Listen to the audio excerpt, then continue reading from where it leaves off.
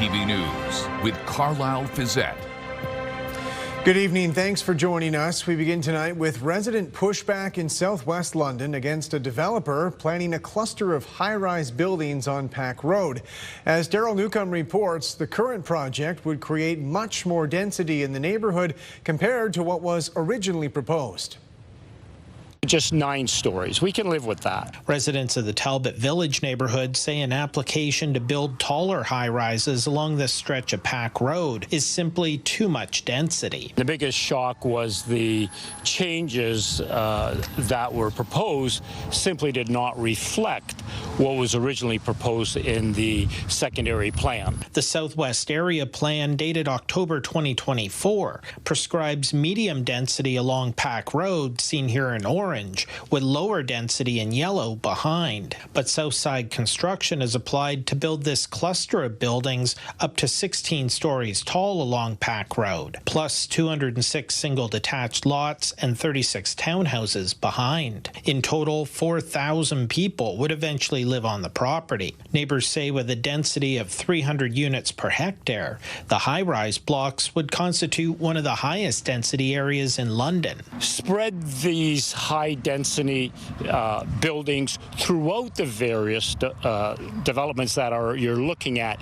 Don't concentrate them directly here on Pack Road. Neighbors emphasize they want to collaborate with the developer and City Hall on an amicable solution, but worry time is running short. They want a compromise that would lower the density, shorten the buildings along Pack Road, and take into consideration the traffic impacts of the development. The amount of traffic that will be generated on Pack Road and the noise pollution created by that will have a significant impact on the homes that already exist. CTV News contacted Southside Construction about its proposal for the property at 6309 Pack Road, but has yet to receive a reply. The Planning and Environment Committee is scheduled to consider the application on July 15th. Daryl Newcomb, CTV News.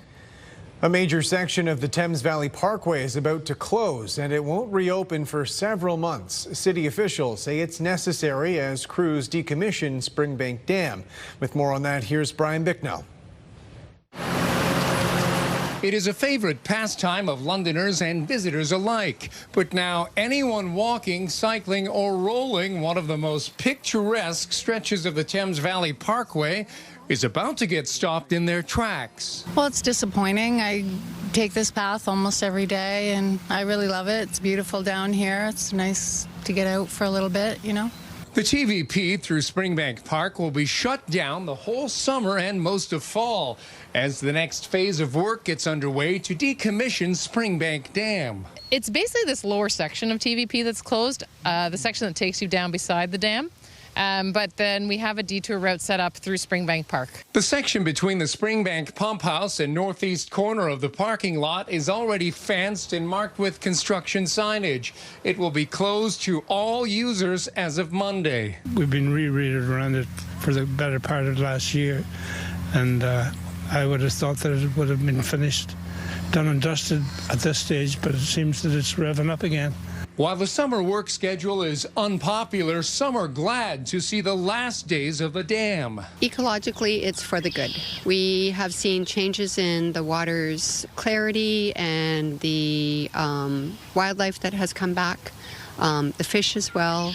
And so that's a great thing for what's happened to this river. So work crews are taking out the gates, which are still in the water, but now they're also taking out the concrete deck along the top, which is in worse condition than anyone anticipated. Once it's all said and done, the only thing left will be the concrete pillars. Removing the concrete deck adds $1.65 million to the cost of the project, which now totals $6 million. It was either spend $1 million for 5 years of life or to spend $1.6 million to make it last over 15 years. Once this work is done, this area is going to be very safe and the river will be safe moving forward. So it's really important work to remove that concrete deck and remove the gates now. The affected section of the TVP will be closed from July 7th to December 11th. Brian Bicknell, CTV News. A section of the 402 near Strathroy is still closed tonight as crews clean up a chemical spill. The westbound lanes were shut down yesterday afternoon after a transport truck crashed into a ditch. Police say a hazardous acid was slowly leaking from the trailer, bringing in emergency crews to pump the chemical out of the ditch and into another vehicle. They also say the Environment Ministry has been notified. Initially, police said the road would reopen Thursday morning. However, they have since said they no longer have an estimated reopening time because of cleanup delays. Absolutely. It's for public safety and for everyone's health. Obviously, when we have individuals indicate that we have this type of product that's on board this transport truck, we want to make sure that we take all the precautions necessary to keep the public safe. Police in Elgin County say a cyclist was sent to hospital with life-threatening injuries last night after they were hit by a driver. Police say it happened on a rural road east of Dutton around 8:30 last night. They say a driver hit a 62-year-old woman riding her bike, leading to a road closure lasting several hours for the investigation. According to police, the person who hit the cyclist was not injured. London police say a man wanted on human trafficking charges is now in custody. Police say 42-year-old Corey Robert Fowler turned himself in after they issued an arrest warrant. Fowler faces numerous charges, including one count of trafficking a person under the age of 18. According to police, the Woodstock man met a teen online, then started a relationship with her. He then started advertising her services as a sex worker on social media. And police say the woman was assaulted after she said she no longer wanted to do sex work.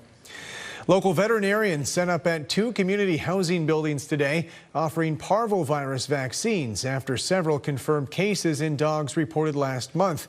With more on their efforts to contain the spread, here's Rita Ismail. Today is a big day. Today is where we're running the Parvo clinic. So we actually are on site here at the apartment complex. Local veterinarians, along with Progressive Animal Welfare Services, set up a mobile vaccine clinic outside 349 Warncliffe Road North. That's one of 2 London and Middlesex community housing buildings where there were at least 4 confirmed cases of Parvo canine virus in June. 2 of the dogs had to be euthanized. Linda Armstrong, board chair of PAWS and animal welfare charity, says they've been advocating for the past 3 weeks to get dogs vaccinated against the highly contagious and potentially deadly virus. We're feeling super about this clinic being here, about the way that people rallied to bring it, about the way that the vets stepped forward to give their time voluntarily. Dr. Trina Hancock, owner of Santa Adelaide Animal Hospital, says she volunteered her time, staff, and donated supplies because vet care is not accessible for everyone in the community. For us, it was sort of like, uh-oh. We have had dogs that have passed away from this virus. We know where it sort of originated.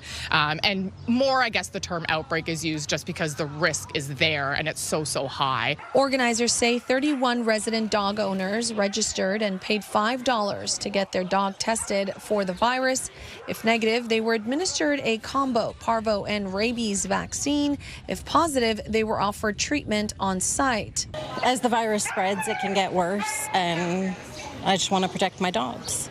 LMHC's Chief Operating Officer Sarah DiCandido was also on hand today and says they've had similar clinics offered at these buildings in the past. We have about 75 to 100 dogs potentially here, so I think it's reasonable to assume that there would be an unvaccinated population, which is why today is so important and we're so excited to have our partners here. As a result of this wonderful relationship, we hope this continues moving forward across some of our sites. Another clinic will be held August 6th to offer a booster shot.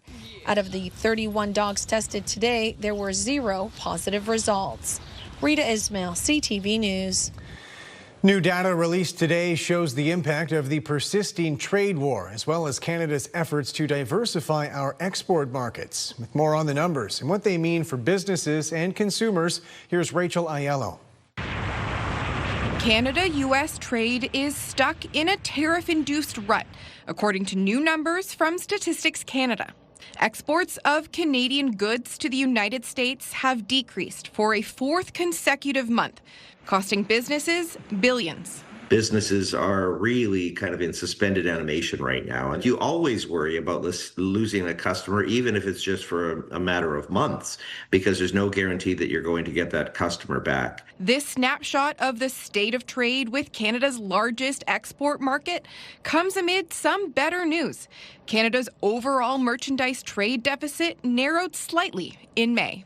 Imports fell 1.6% to $66 billion, while exports were up 1.1% to $60 billion. These figures bringing the deficit to $5.9 billion, down from April's record-setting $7.6 billion. The slight rebound attributed to exports of Canadian goods to other countries hitting a record high. Experts say this is a direct result of efforts to diversify Canada's international trade relationships. What we're seeing in the numbers is somewhat encouraging. I mean, that, exporters, Canadian companies are taking that spare capacity that the United States created or the empty space on the order books and are able to, in some cases, fill it with other markets. Those I spoke with today said with Canadian businesses working to lessen their reliance on the U.S., the worst may be in the rearview mirror.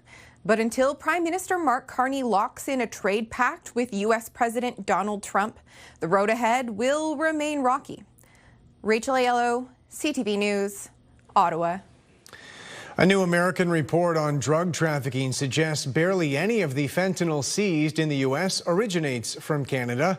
The study was conducted by an American think tank called the Manhattan Institute. It examined thousands of large-scale fentanyl seizures across 80 U.S. counties along the Canadian and Mexican borders. Researchers say by weight, about 99% of fentanyl pills and capsules recovered between 2013 and 2024 were seized in U.S.-Mexico border counties. According to the report, large Canadian border seizures were relatively rare. Authorities across 3 provinces are investigating bomb threats in multiple Canadian airports, disrupting flights and causing lengthy delays. Judy Trin reports. Bleary-eyed travelers set to depart on early flights at the Ottawa International Airport, unexpectedly jolted by a security scare. I just checked in 10 minutes ago, flight's canceled, that's it. Good luck. Gates were closed, we couldn't get through, so we all sat down and there was a lot of questions, and then a friend of mine just texted me and said there was a bomb threat. The threat was directed at NAV Canada, which manages national air traffic control operations. In a statement, the organization said that bomb threats impacted its facilities in Ottawa, Montreal, Edmonton, Winnipeg, Calgary, and Vancouver, and that it's collaborating with authorities to ensure the safety of all personnel and passengers. NAV Canada will not comment on what motivated the threat, but it did evacuate its staff and issued a temporary order to ground planes, preventing takeoffs and landings. Passengers who boarded one flight were forced to disembark. At departure gates, travelers were pushed back to one side of the building. We were walked right up to our gate on time, and as we were approaching gate 26, we saw a row of security people walking towards us saying, everybody back, turn around. In Winnipeg, the airport was eerily quiet, but in the end, police did not find a bomb at any of the threat locations. But passengers were knocked off track. We just got a notification that we were rebooked for tomorrow, which is 24 hours too late for our family reunion. Normal operations and flights resumed after more than 3 hours across affected airports. But finding out who's responsible will take much longer. Judy Trin, CTV News, Ottawa. A new sign now greets visitors to one of Midwestern Ontario's sandy hotspots. Scott Miller has more on the symbolism behind the change from Sabul Beach to Saugeen Beach. Visitors to Sabul Beach are having to double take today as the iconic sign that greets tourists, which used to say Sabul Beach, changed Monday night. My reaction was, what the heck happened? On the eve of Canada Day, members of the Saugeen First Nation changed the sign at the end of Sabul Beach's main street from Welcome to Sabul Beach to Welcome to Saugeen Beach. It's obviously been decades in the making. We've had a lot of struggles, and I feel like finally we can put our name on it. Following a nearly 30-year court battle, the Saugeen First Nation had ownership of nearly 2.5 kilometers of Sabul Beach's valuable sand returned to them in April of 2023. A change to Sabul's sign was supposed to happen earlier this summer, but it was decided to hold off until the eve of Canada Day. The timing, I think, and for me personally, the timing's perfect. It's a statement. The sign change caught many off guard, including the town of South Bruce Peninsula. The Sabul Beach sign is a well-known landmark with deep meaning for many people, says South Bruce Peninsula's Mayor Jay Kirkland.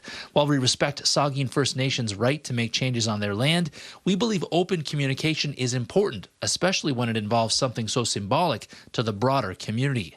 While many visitors to Sabul Beach today said they didn't even notice the different sign, there has definitely been mixed reaction to those in the know. It was disappointing and it was surprising just because I don't think many people knew that it was coming. I'm really glad that they did it because, everyone knows it as Sabul Beach.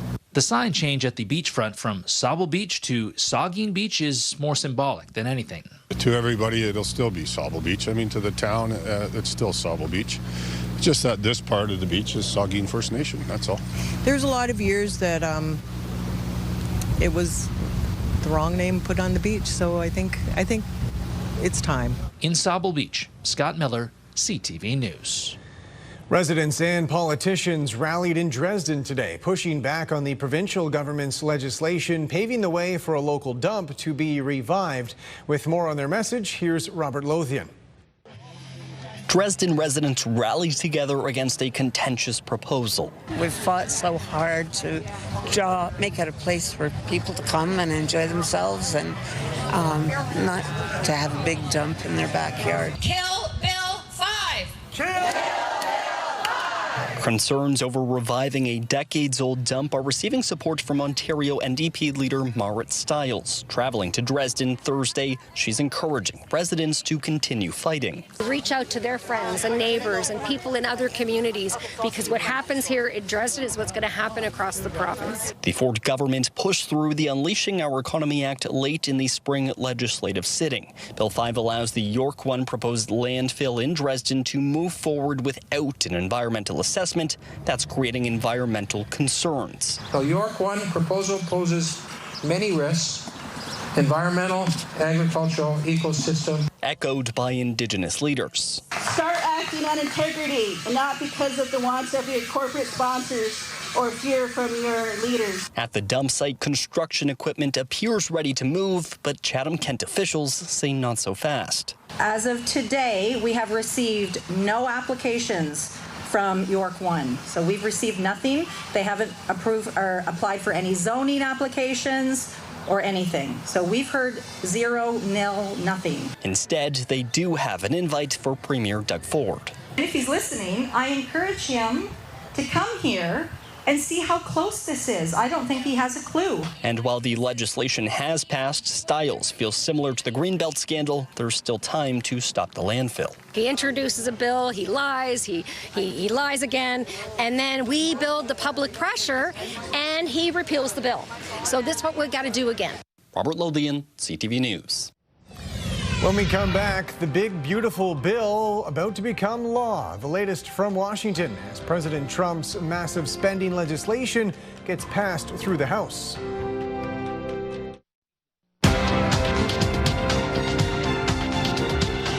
Strength in technology stocks helped Canada's main stock index finish higher today. The TSX was up 165 points. In New York, the Dow added 344, the NASDAQ up 208. The Canadian dollar gained a quarter cent today. On commodity markets, gold fell almost $17 an ounce, and oil lost 45 cents a barrel. A major legislative victory for President Donald Trump today as the U.S. House narrowly passed his multi-trillion-dollar spending bill, which includes tax cuts, a mass deportation plan, and new military spending. As Adrian Gabriel reports, it's how Trump plans to pay for it all that's causing the most controversy. The motion is adopted. A mega bill delivered. Though no level of patriotic chants can mask the divide created in the United States by President Donald Trump's self-declared big, beautiful bill. Republicans caved, Trump lied, and people will die. This bill does kick 17 million people off of their health care. The sweeping domestic policy bill includes lower federal taxes and funding boosts to the Pentagon and border security. It's going to make this country into a rocket ship. It's going to be really great. It's the biggest bill ever signed of its kind. To help foot the bill, there's historic spending cuts to programs like Medicaid and food stamps. It's still expected to add about $3.3 trillion to the U.S. deficit over the next 10 years. This big, beautiful bill fulfills all the promises in the America First agenda. With Speaker Mike Johnson putting pen to paper, all that's left is for President Trump to add his signature as part of tomorrow's 4th of July celebrations. There were some very large concerns that could impact Canadians. Tucked away in Section 899, the first draft of the bill initially listed remedies against unfair foreign taxes, which opened the door for Canadian investors to be hit with a higher tax on the dividends they receive from U.S.-based investments. That section is not going to apply anymore to us. It's not really a concern to us, which is great news for Canadians. In a bid to delay the inevitable, House Minority Leader, Democrat Hakeem Jeffries, spoke for a record-breaking 8 hours and 45 minutes on the floor, ending his speech with a nod to Martin Luther King Jr. Press on for the American way of life. Press on for democracy. We're going to press on until victory is won. In the end, the controversial bill narrowly passed 218 to 214. Gifting President Trump the first major legislative achievement of his second term. Adrian Gobriel, CTV News, Washington. Clear and comfortable overnight. The temperatures are dropping off. You can open up the windows if you want to give the air conditioner or the fan a break. Cooler to start your Friday at 14 degrees with winds light. Sunshine will hold through the morning and beautiful calm conditions. Thanks, Janet, for this photo of Piper. Janet says Piper absolutely loves the water. I think Piper's going to like the forecast this weekend with some sunshine and heating up into Saturday. I'll have your local forecast details coming up right after this. Welcome back on the desk with Julie now, and we're talking tonight about a bit of a cooling trend, and we say cooling relatively speaking because it's certainly been warm, but single digits at least overnight. Yeah, in some areas, Mount Forest, KW, you'll drop down to about 9 degrees. In London, 12 overnight. That's chilly. That is comfortable conditions across the area and a bit below normal. Now, that's not going to last, so enjoy the cool breeze out there this evening, and heading into tomorrow morning, it's going to be beautiful. So if you're an early morning walker, get out and enjoy it. 26 degrees. The high temperature as we head toward Midwestern Ontario today. Daytime highs anywhere from 22 to 25. Overnight, along the shoreline of Erie, 15 to 16. Near Lake Huron, 14 degrees. A satellite radar has this front that's come through for us. And behind it, yes, high pressure building back in, and your Friday looks fabulous. Lots of sunshine in the forecast and a beauty day setting up across the region. Now, the weekend, the heat and humidity is coming back. By Saturday, you'll notice the air mass changing. We'll have a warm front come in on Saturday. And the forecast model is introducing a few pop-up showers a Saturday associated with it. They'll be passing, and they're not going to last too long. So heading into Saturday afternoon, evening, we could see a pop-up shower. This is, again, just as that warm, humid air comes in. So your Friday forecast, sunshine, beautiful, a great beach day, pool day, sprinkler day, however you want to spend it. 28, feeling like the low 30s. Our East Park forecast for your Saturday, sunshine and hot. Great day to hit the water park, feeling like 40 plus. It's going to be stifling heading into the afternoon. Then Sunday, we have the chance for showers. The probability about a 40% chance. A cold front comes in. We're going to ramp that up to a 60% chance on a Sunday night. The front will cross heading into Monday morning, and the temperature will drop off. So 31 on Sunday, 26 on Monday, and then Tuesday, Wednesday, back into a mix of sun and cloud both days, 25 to 26 degrees. Lots of sunshine through cottage country this weekend. Beautiful start. Lots of sunshine across the area. Saturday looks good. Sunshine to a mix of sun and cloud. Probability of showers about a 30% chance. And I mentioned again, that's the heat and humidity that will be building. 30 degrees as we head into Sunday with a chance of showers by Sunday afternoon, and then 60% chance on Sunday evening. Monday, the chance of rainfall early and then mainly cloudy Tuesday. Breaking back into a mix of sun and cloud on Wednesday, and daytime highs early next week. comfortable, 24 to 25 degrees. So enjoy your beautiful Friday. Get ready for the heat and humidity arriving to the area Saturday and the chance of showers on Sunday. Carlyle, back to you.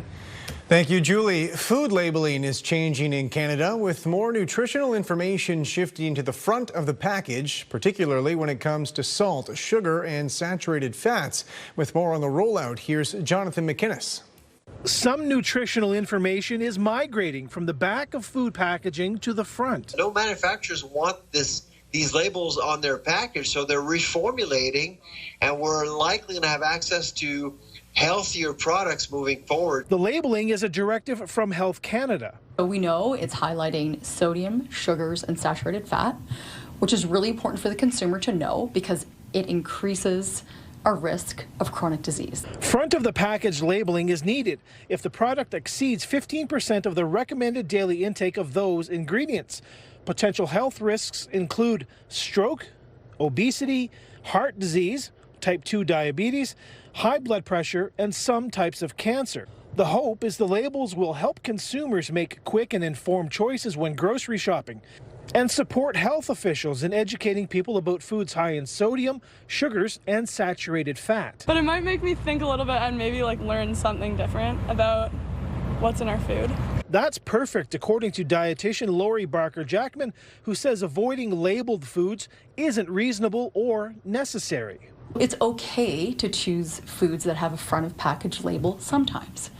It's making sure we don't choose foods that are high in sodium, sugars, or saturated fat all of the time. For Sylvain Charlebois, the labeling program is a positive one. Still, he has concerns. If you are reducing the amount of sodium, sugar, or fat, are you replacing that with something else that may not be desirable? The labels are mandatory for prepackaged foods, with some exceptions like plain milk, plain yogurt, and cheese because they contain calcium. Food manufacturers have until January 1st of next year to fully implement the labeling system. Jonathan McGinnis, CTV News, Halifax.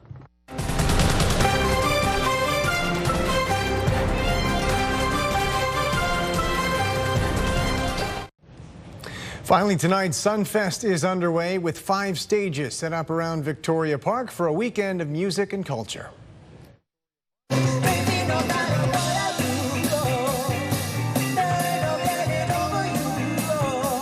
Sunfest dates back more than 3 decades. More than 20 international acts and plenty of local talent will perform over the course of the 4-day festival.